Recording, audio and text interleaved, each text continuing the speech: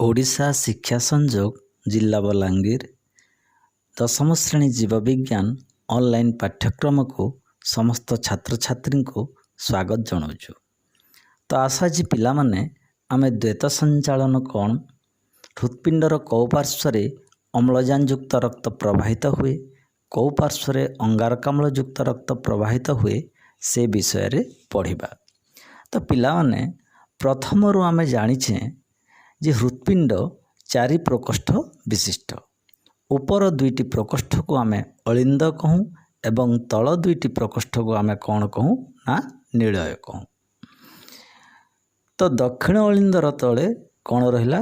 ଦକ୍ଷିଣ ନିଳୟ ଏବଂ ବାମ ଅଳିନ୍ଦର ତଳେ ରହିଲା ବାମ ନିଳୟ। ତ ଦକ୍ଷିଣ ଅଳିନ୍ଦ ଏବଂ ଦକ୍ଷିଣ ନିଳୟ ମଧ୍ୟରେ ଦ୍ୱାର ଅଛି, ଯେଉଁଠି 3 ପାଖୁଡ଼ା ବିଶିଷ୍ଟ କପାଟିକା ଅଛି।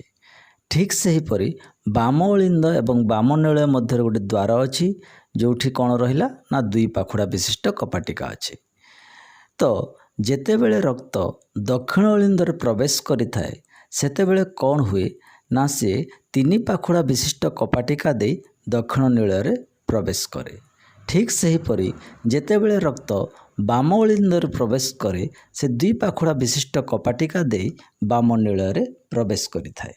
ତ ଏଠି ଆମେ ମନେ ରଖିବା ଦକ୍ଷିଣ ଅଳିନ୍ଦ ଏବଂ ବାମ ଅଳିନ୍ଦ ମଧ୍ୟରେ କୌଣସି ଦ୍ୱାର ନାହିଁ କିମ୍ବା କୌଣସି କପାଟିକା ନାହିଁ, ଯାହାଦ୍ୱାରା ରକ୍ତ କେବେ ବି ଦକ୍ଷିଣ ଅଳିନ୍ଦରୁ ବାମ ଅଳିନ୍ଦକୁ ଯାଇପାରେ ନାହିଁ।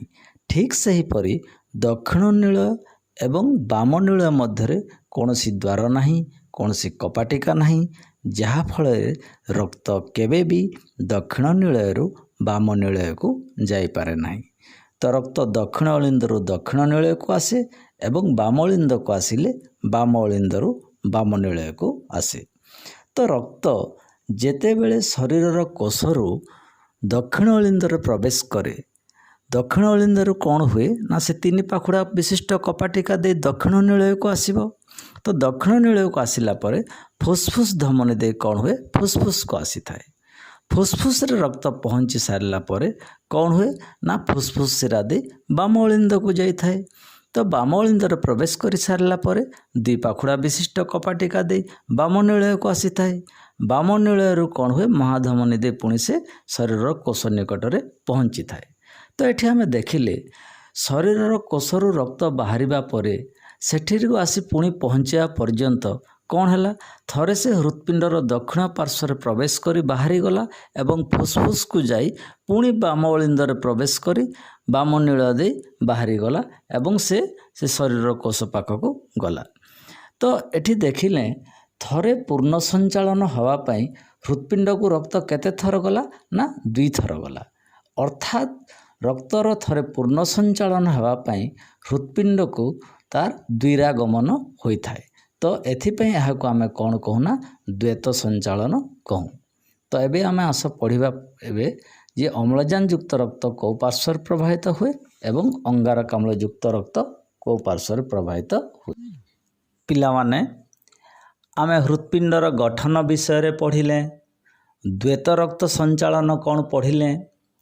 ତ ତେବେ ଆସ ଏବେ ଆମେ ହୃତ୍ପିଣ୍ଡର କେଉଁ ପାର୍ଶ୍ୱରେ ଅଙ୍ଗାରକାମ୍ଳ ଯୁକ୍ତ ରକ୍ତ ପ୍ରବାହିତ ହୁଏ, କେଉଁ ପାର୍ଶ୍ୱରେ ଅମ୍ଳଜାନ ଯୁକ୍ତ ରକ୍ତ ପ୍ରବାହିତ ହୁଏ ସେ ବିଷୟରେ ସମ୍ୟକ ଆଲୋଚନା କରିବା।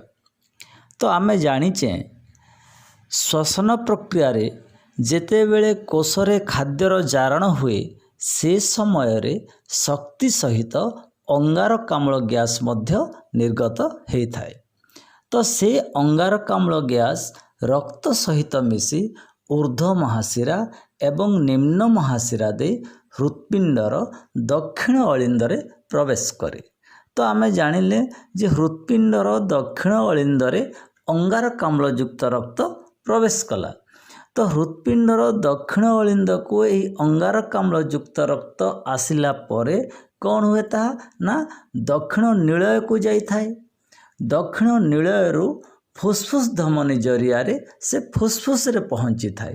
ତ ଏହି ଅଙ୍ଗାରକାମ୍ଳ ଯୁକ୍ତ ରକ୍ତ ଯେତେବେଳେ ଫୁସ୍ଫୁସ୍ରେ ପହଞ୍ଚିଥାଏ, ଫୁସ୍ଫୁସ୍ରେ କ'ଣ ହୁଏ ନା ନିଶ୍ୱାସ ପ୍ରକ୍ରିୟାରେ ସେ ଅଙ୍ଗାରକାମ୍ଳ ଗ୍ୟାସ୍ पदाकू चली जाए एवं प्रश्वास प्रक्रिया जाउथबा अम्लजान जहाँ फुसफुस मध्य को जाई थाए सेठारे कौन हुए अम्लजान एवं से रक्तर संयोग घटी से रक्त कौन हो जाए ना अम्लजान युक्त हो जाए। तो फुसफुस रु से अम्लजान युक्त रक्त फुसफुस शिरा दे हृत्पिंडर बाम अलिंदरे प्रवेश करे। तो ये अम्लजान युक्त रक्त बाम अलिंदरे प्रवेश कर सारला परे बाम अलिंदरु बाम निलय को आसी थाए एवं बाम निलयरु महाधमनी दे शरीरर कोष निकटरे पहुँची थाए।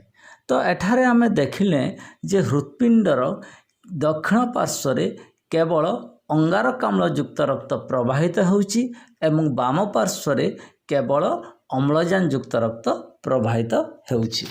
तो आस पिला माने एबे आमे एकक संचालन विषय रे जानिबा।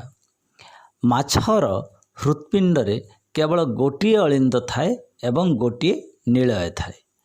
तो ये माछ शरीर रे जो रक्त संचालन देखा जाए आमे से प्रकार संचालन को कौन कहूँ ना एकक संचालन कहूँ।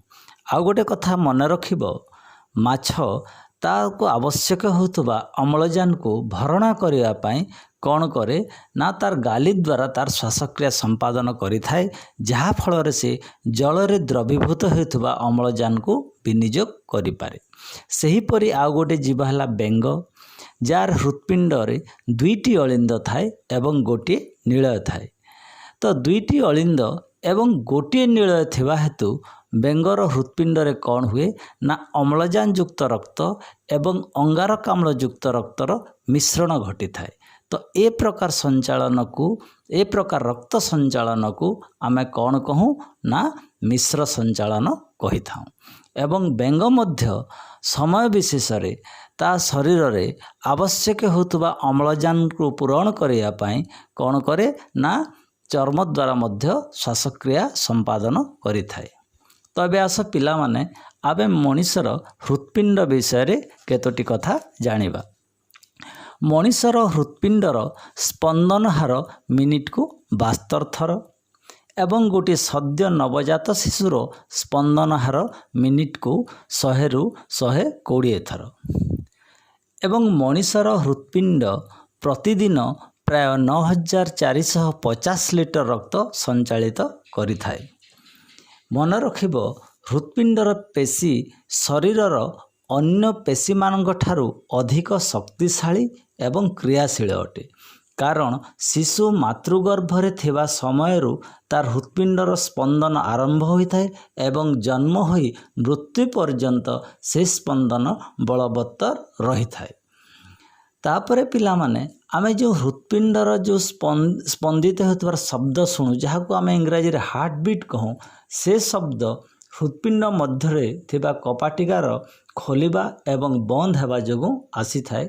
आउ सबुठ गोटे मजा कथा है जदि आमे शरीर हृत्पिंड को काढ़ी देबा ताहले मध्य किछि समय पर्यंत हृत्पिंड तार स्पंदन जारी रखिथिबो बा सेमिति स्पंदित हेउथिबो। तो ए विषय रे आज आमे पढ़िले पिला माने एकक संचालन कौन मिश्र संचालन कौन। तो आगामी क्लास रे आमे आ गोटे नया वीडियो नहीं तो मान को पाखक आसीबू। एठी आज आमे रहिबा। धन्यवाद।